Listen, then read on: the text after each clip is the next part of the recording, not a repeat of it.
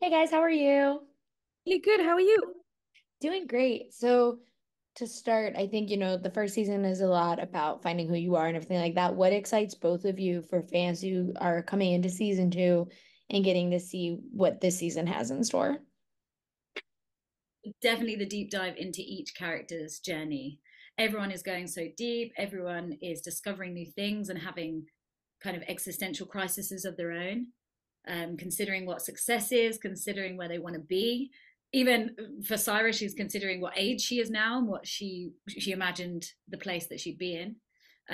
So yeah, definitely, I think it will really surprise people, but also there'll be a lot of nostalgia from the first series. So it's a real balance, I think. Yeah, I agree with what Sarah's saying. It's deeper. It goes delves much deeper into each person's storyline and the questions they're facing, but also I think it mirrors what the band are facing as a group, who they are, what their music actually means, what are they trying to do with their music, and ultimately what is their definition of success. Yeah.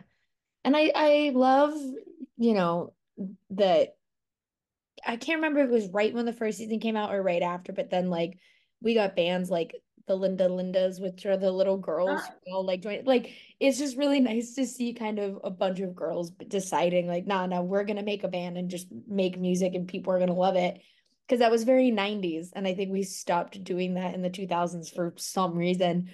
But what has been like the reaction that you guys have seen the most from the show or like just online that has made you guys both feel just like happy to be a part of something like We Are Lady Parts? The fan art has been like incredible, just because it feels like a response to how people respond to a band.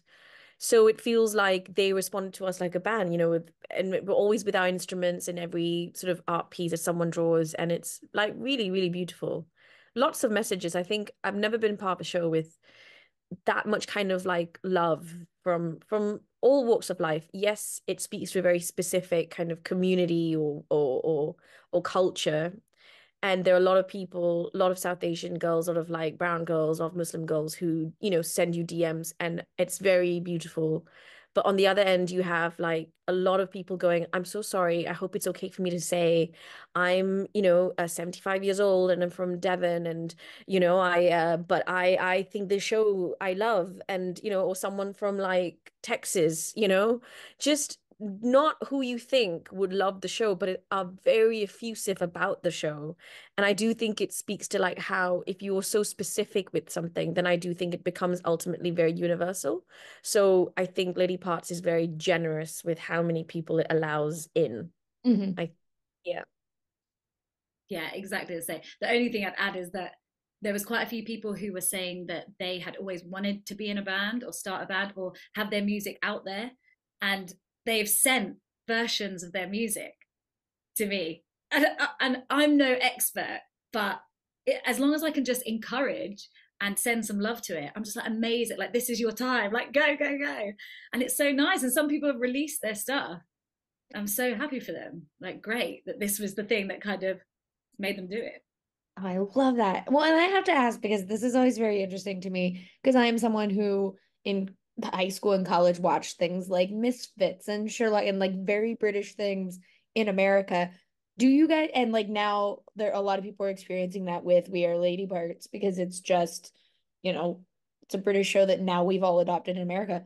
Do you guys have the back of that? Like, is there some American shows that you guys are just like, this is our jam and we watch it all the time? Because I obviously haven't seen Like their flip.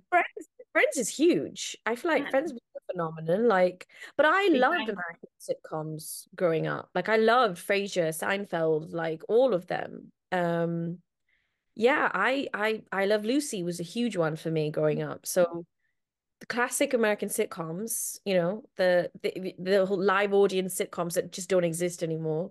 Mm. Americans did that very, very well, I think. And I think it's so it happened so often that American shows would come over, like people would watch them. It's I feel much rarer for English shows to be like Yeah. semi big in America because the humor essentially is so different. Hmm. Yeah. So it's so nice that they've adopted the show and yeah, and then it speaks to them. Yeah, I mean, we famously did take a British show and be like, we're gonna make our own version of this show and And keep it really on for well. 8 years.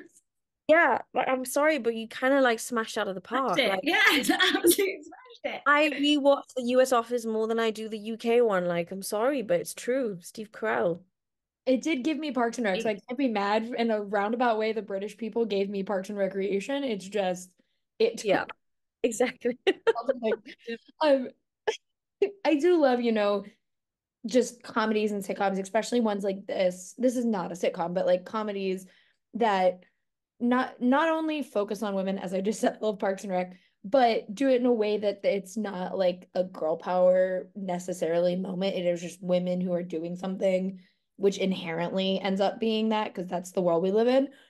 For you guys, what is the how do you approach these characters and make them as grounded and real as possible when that is still you have to be aware of the fact that it can teeter into girl power if you don't do it the right way and you don't kind of level that. Well, when we first read the scripts, I feel like Nida has drawn from so many people that she knows, as well as everything that she's experienced in her Yeah. own life. That Mhm. even on the page, these women were so rounded and so complex, more so than any other character I'd read. So it was so easy in a way to peel them off and then add our own experiences and circumstances into the mix and say, okay, where do I appear here? And I feel like you could watch Lady Parts and we are a part of each character, really. Like as a person, I'm definitely bits of Amina and bits of Syra and Bisma, and yeah, we're all combined. Um, so yeah, it's definitely in the writing.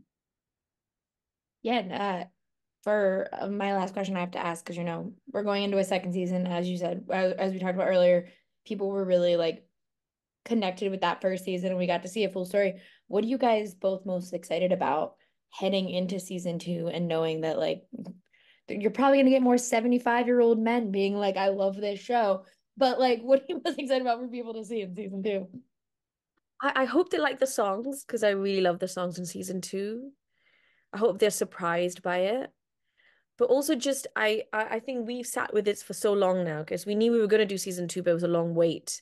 I'm so proud of what we made in season two, and I just hope people respond to it with as much like love as you know we we put into it. I think it's like a slice of joy, and you don't often get to do shows like that.